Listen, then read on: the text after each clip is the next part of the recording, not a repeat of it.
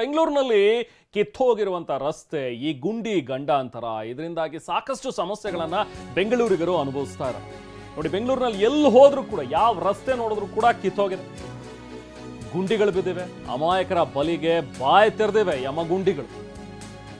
ಈ ಡೆಡ್ಲಿ ಗುಂಡಿಗಳು, ಹದಗೆಟ್ಟಂತಹ ರಸ್ತೆಗೆ ಮುಕ್ತಿನೇ ಇಲ್ವಾ? ಹಾಗಾದ್ರೆ ಏನ್ ರೋಡ್ ಗುರು ಅಂತ ಹೇಳಿ TV9 ಕೂಡ ಅಭಿಯಾನವನ್ನ ಆರಂಭಿಸಿದೆ.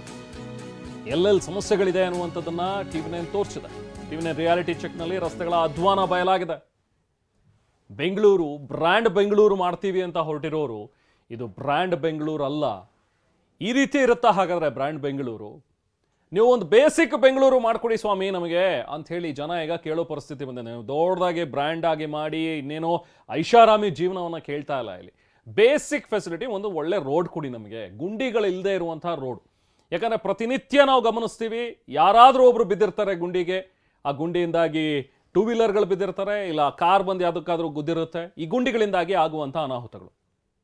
ಒಂದು ಕಡೆ ಒಂದಷ್ಟು ಕಾಮಗಾರಿ ನಡೀತಾ ಇದೆ, ಅವೈಜ್ಞಾನಿಕವಾಗಿ ಕೆಲವೊಂದಷ್ಟು ಕಾಮಗಾರಿಗಳನ್ನು ನಡೆಸ್ತಾ ಇದ್ದಾರೆ. 6 ತಿಂಗಳು, 8 ತಿಂಗಳು, 10 ತಿಂಗಳು, ವರ್ಷ ಮೀರಿವೆ, 2 ವರ್ಷ ಆಗಿದೆ ಒಂದೊಂದು ಕಡೆ ಕಾಮಗಾರಿ ಮಾಡ್ತೀವಿ ಅಂತ ಹೇಳಿ ಅದನ್ನು ಹಂಗೆ ಬಿಟ್ಟಿದ್ದಾರೆ. ಮಳೆ ಬಂದರೆ ಇನ್ನೊಂದು ರೀತಿ ಪರಿಸ್ಥಿತಿ. ಈ ಗುಂಡಿಗಳಲ್ಲಿ ನೀರು ತುಂಬಿಕೊಳ್ಳುತ್ತೆ, ಗುಂಡಿ ಯಾವುದು ನೀರು ಯಾವುದು ಗೊತ್ತಾಗ್ತಲ್ಲ, ರಸ್ತೆ ಎಲ್ಲಿದೆ ಅನ್ನುವಂಥದ್ದು ಗೊತ್ತಾಗಲ್ಲ. ಒಟ್ಟಿನಲ್ಲಿ ಅಧ್ವಾನಗಳ ಆಗರ ಆಗ್ಬಿಟ್ಟಿದೆ ಬೆಂಗಳೂರು. ಎಸ್, ರಸ್ತೆಗಳು ಗುಂಡಿ ಬಿದ್ದಿರೋದ್ರಿಂದ ಪ್ರತಿಷ್ಠಿತ ಕಂಪನಿಗಳು ಕೂಡ ಈಗ ಅದರ ವಿರುದ್ಧ ಧ್ವನಿ ಎತ್ತಾ ಇವೆ. ಜೊತೆಗೆ ಸರ್ಕಾರ ಬಂದು 2.5 ವರ್ಷ ಆಯ್ತು, ದುಡ್ಡು ಹೊಡೆಯೋದ್ರಲ್ಲೇ ಇವರು ಬ್ಯುಸಿ ಆಗಿದ್ದಾರೆ. ಇದುವರೆ ಗುಂಡಿ ಮುಚ್ಚೋದಕ್ಕೆ ಟೆಂಡರ್ ಕರೆದಿಲ್ಲ. ಹೀಗಂತ ಸರ್ಕಾರದ ವಿರುದ್ಧ ಮೋಹನ್ ದಾಸ್ ಪೈ ಆಕ್ರೋಶವನ್ನ ಹೊರಹಾಕಿದ್ದಾರೆ. ಕಾಂಗ್ರೆಸ್ನವರು ಬಿಜೆಪಿ ಮೇಲೆ ಹೇಳ್ತಾರೆ, ಬಿಜೆಪಿಯವರು ಕಾಂಗ್ರೆಸ್ನವ್ರ ಮೇಲೆ ಹೇಳ್ತಾರೆ.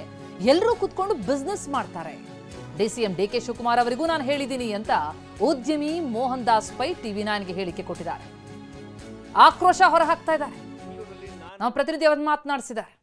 ನಾನು ಒಂದೇ ಬಾಯ್ ಬಿಡ್ತೀನಿ, ಕ್ರಿಟಿಸೈಸ್ ಮಾಡ್ತೀನಿ, ಬೇರೆ ಯಾರೂ ಮಾಡಲ್ಲ. ಎಲ್ಲರೂ ಬಂದ್ಬಿಟ್ಟು ಮಾಡಬೇಕು. ಇದು ನಮ್ಮೂರು, ನಾವು ಈ ಊರಿಗೆ ಮುಂದೆ ತೊಗೊಂಡು ಹೋಗ್ಬೇಕು. ನಮ್ಮ ಸಿಟಿ ಇದು, ನಾವಿಲ್ಲಿ ಹುಟ್ಟಿದ್ದು, ಬದುಕಿದ್ದು ನಾವಿಲ್ಲಿ, ನಾವು ಪ್ರಾಸ್ಪರ್ ಆಗಿದ್ದಿಲ್ಲ, ಇಲ್ಲೆಲ್ಲ ಬರಬೇಕು.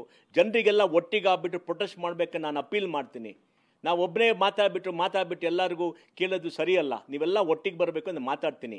ಇವಾಗ ಬೆಂಗಳೂರಲ್ಲಿ 5 MPಗಳಿವೆ, NDA MPs. ಅವ್ರು ಎಲ್ಲರಿಗೂ ಹೇಳ್ತೀನಿ, ORL ಹೋಗ್ಬಿಟ್ಟು ಕೂತ್ಕೊಂಡು ಪ್ರೊಟೆಸ್ಟ್ ಮಾಡಿ, ಮೀಡಿಯಾ ಕರೀರಿ. ನಾನು ಹೇಳ್ತೀನಿ ಪ್ರಿಯಾಂಕ್ ಖರ್ಗೆ ಅವ್ರಿಗೆ, ನಮ್ಮ IT ಮಿನಿಸ್ಟ್ರಿಗೆ, ಅವ್ರು ಎಲ್ಲ ಮಾತಾಡಿ, ಎಲ್ಲ ಬಿಟ್ಬಿಟ್ಟು ಹೋಗ್ತಾ ಇದ್ದಾರೆ. ಇದೇನು ಜಾಸ್ತಿ ಕೆಲಸ ಅಲ್ಲ, ಪಾಟಲ್ ಸರಿ ಮಾಡೋದು ಜಾಸ್ತಿ ಕೆಲಸ ಅಲ್ಲ. ಇದೇನು ಡೆಡ್ಡು ಟೆಕ್ನಾಲಜಿ ಅಲ್ಲ.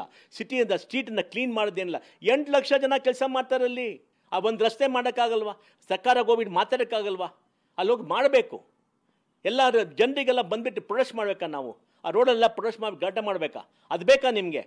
ಇಲ್ಲಿ ಸರ್ಕಾರಕ್ಕೇನು ಮಾನ್ಯ ಮರ್ಯಾದೆ ಇಲ್ವನ್ರಿ? ಇದು ಅಷ್ಟು ಮಾಡೋಕ್ಕಾಗಲ್ಲ. ಇದನ್ನು ಪಾಟೋಳೋದು ಜಾಸ್ತಿನ. ನಮ್ಮ DK ಶಿವಕುಮಾರ್ ಬಂದರು ಪ್ರೊಟೆಸ್ಟ್ ಮಾಡಿ. ನಾನು ಸಿಕ್ಕಿದೆ ಅವ್ರಿಗೆ, ಹೇಳಿದೆ ಸರ್ ಇದೆಲ್ಲ ಮಾಡಿ ನಾನು ನೋಡ್ತೀನಪ್ಪ ಅಂತ ಹೇಳಿದ್ರು. ಒಳ್ಳೆಯವರು. ಅದೇನಾಯ್ತು? ಏನೂ ಆಗಿಲ್ಲ. ಅಟೆನ್ಷನ್ ಸ್ಪ್ಯಾನೇ ಕಮ್ಮಿ. ಏನ್ರಿ ಇದು? ಈ ಥರ ಓಡಿಸೋದು ಒಂದು ಊರು? ಈ ಥರ ಮಾಡ್ದ ಸರ್ಕಾರ? 2 ವರ್ಷ ಆಯ್ತು ಇವರು ಬಂದುಬಿಟ್ಟು. ಇವರೇನು ಇಲ್ಲ BJP ಮಾಡಿದೆ, BJPನೂ ಅದೇ, ಕಾಂಗ್ರೆಸ್ ಮಾಡಿದೆ ಹೇಳ್ತಾರೆ. ಎಲ್ಲರೂ ಒಂದೇ, ದುಡ್ಡು ಮಾಡಿ ಎಲ್ಲರೂ ಕೂತ್ಕೊಂಡು ಬಿಸ್ನೆಸ್ ಮಾಡ್ತಾರೆ. DK ಶಿವಕುಮಾರ್ ಹೋಗ್ಬಿಟ್ಟು RK ಮಿಶ್ರಾಗೆ ಅಡ್ವೈಸರ್ ಮಾಡಬೇಕು, ORRಗೆ. RK ಮಿಶ್ರಾ ಪ್ಲ್ಯಾನ್ ಮಾಡಿದ್ದಾರೆ. ಆಮೇಲೆ ನರೇಶ್ ವೆಂಕಟರಾಮನ್ನು ಆ ORR ಏನೇನು ಮಾಡಬೇಕು ಎಲ್ಲ ಪ್ಲ್ಯಾನ್ ಮಾಡಿ ಸ್ಕೀಮ್ ಕೊಟ್ಟಿದ್ದಾರೆ. ಅದೇನೋ ಸ್ಮಾರ್ಟ್ ಬ್ಯಾಂಗ್ಳೂರ್ ಏನೋ ಇದೆಲ್ಲ, ಒಂದು ಚೀಫ್ ಇಂಜಿನಿಯರ್ ಕೆಲಸ. ಅವ್ರು ಟೆಂಡರ್ ಮಾಡಬೇಕು. ಟೆಂಡರ್ ಮಾಡಿಲ್ವೋ ಏನೋ ಗೊತ್ತಿಲ್ಲ. ನಾನು ಹಿಂದಿನ ವಾರ ಕೇಳೋದಕ್ಕೆ ಟೆಂಡರೇ ಮಾಡಿಲ್ಲ. ಯಾಕೆ ಟೆಂಡರ್ ಮಾಡಿಲ್ಲ? ನಿಮ್ಗೆ ಗೊತ್ತು ಯಾಕೆ ಟೆಂಡರ್ ಮಾಡಿಲ್ಲ? ದುಡ್ಡು ಕಿತ್ಕೊಳ್ಳೋದು ಹೆಂಗೆ ಮಾಡ? ಅದೇ ಬುದ್ಧಿ, ಅದೇ